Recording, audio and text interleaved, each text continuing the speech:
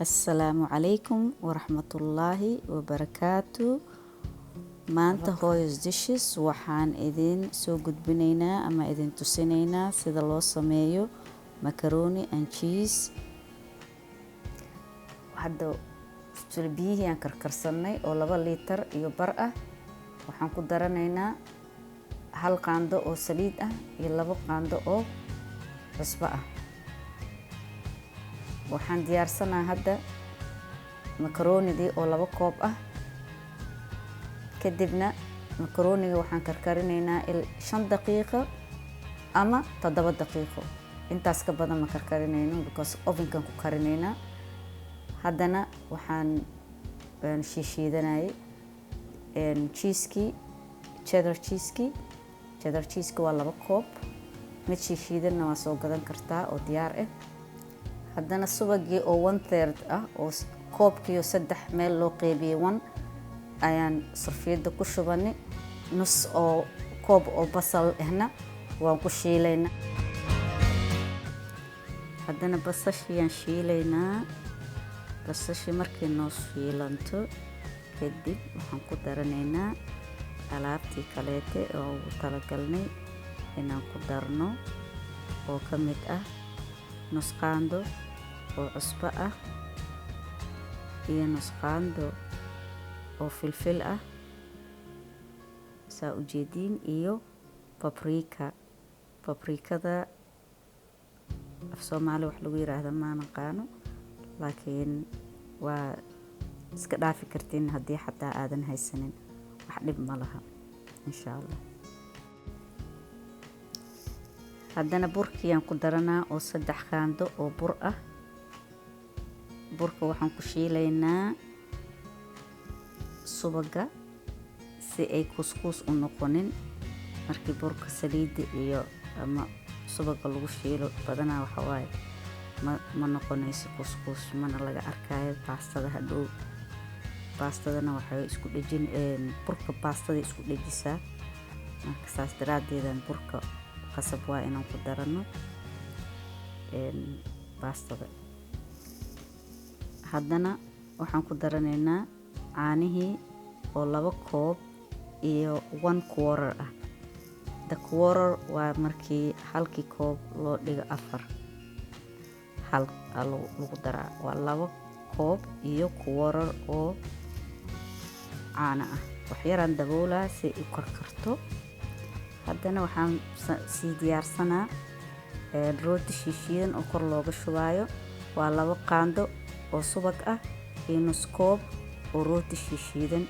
hadhow ayaan kor aga shubaynaa, waa arki doontiin. sidaa ujeediin rootigaan shiilay. hadda wax yar waxaan dhinacan meel dhiganayaa. markii ay macaroniga diyaar noqoto ayaan kor aga shuban doonaa. waan arki doontiin sida loo sameynayo. caanihii ayaa ii karkaray. hadda waxaan isku diyaarinaa inaan ku shubto 2 koob oo cheddar cheese ka ahaa saa ujeediin. cheddar cheese markuu wax yar soo karkaro markiiba insha Allah baastadan ku shubanaynaa. 2 koob baasto oo aan karkarsanay. baastadan waa badbadsan kartiin haddaa rabtiin. waxaa ka dhigan kartiin 4 koob meeshay waxa ka ahayd iyo subaga waa badin kartiin haddaa dad badan ama ciyaal badan aad wax u sameynaysiin insha Allah. haddana baastadii aan ku shubanaynaa.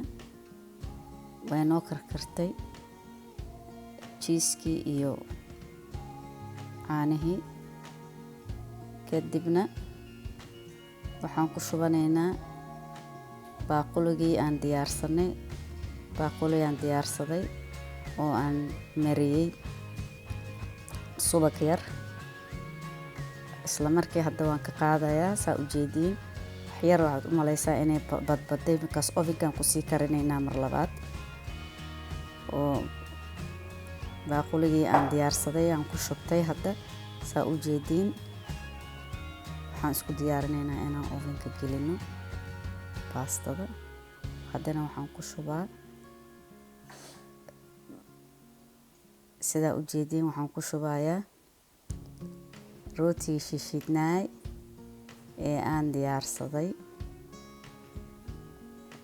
marka rootiga aan ku shubno dhinac walbo oo aan qabadsiino waxaan gelinaynaa ovenka 350 Fahrenheit u geey aan 30 daqiiqana waan karin doonaa. saa u jeedin 350 aan geeyay ovenka oo Fahrenheit 30 daqiiqana waan geliyay. 30 daqiiqo baastada noogu jiraysaa ovenka.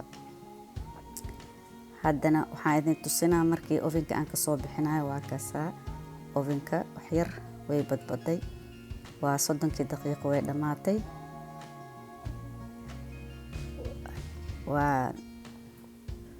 Thank you for watching Hooyo's Dishes. aad iyo aad u mahadsantihiin dadka ku xiran Hooyo's Dishes. insha Allah waxaan idin soo gudbin doonaa recipe oo dhib yar oo anagoo dhanba aan jeclaan doono oo aan ku enjoy gareyno haddii Ilaahay idmo. waa wada mahadsantihiin kulligiina. assalaamu calaykum waraxmatullaahi wabarakaatu.